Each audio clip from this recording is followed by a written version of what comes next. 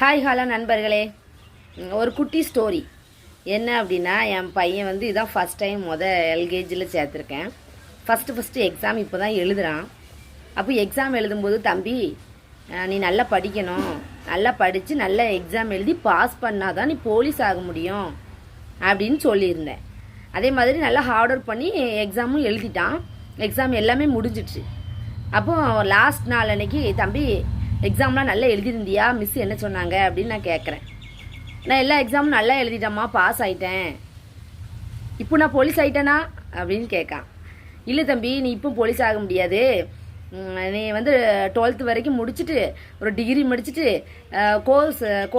அகாடமியில் சேர்ந்து police coaching படித்து பரீட்சை எழுதி பாஸ் பண்ணால் தான் நீ போலீஸ் ஆக முடியும் அப்படின்னு நான் சொன்னேன். என்னம்மா நீ எக்ஸாம் எழுதி பாஸ் ஆன உடனே போலீஸ் ஆயிடுவேன்னு சொன்னல, நான் தான் பாஸ் ஆகிட்டாலாம், ஏன் போலீஸ் ஆகலைன்னு இருந்தால் அழுறான். இதுக்கு நான் என்ன ஆறுதல் சொல்ல? நீங்களே கமெண்ட்டில் சொல்லுங்கள் மக்களே. வீடியோ பிடிச்சிருந்தா ஒரு லைக் பண்ணுங்கள்.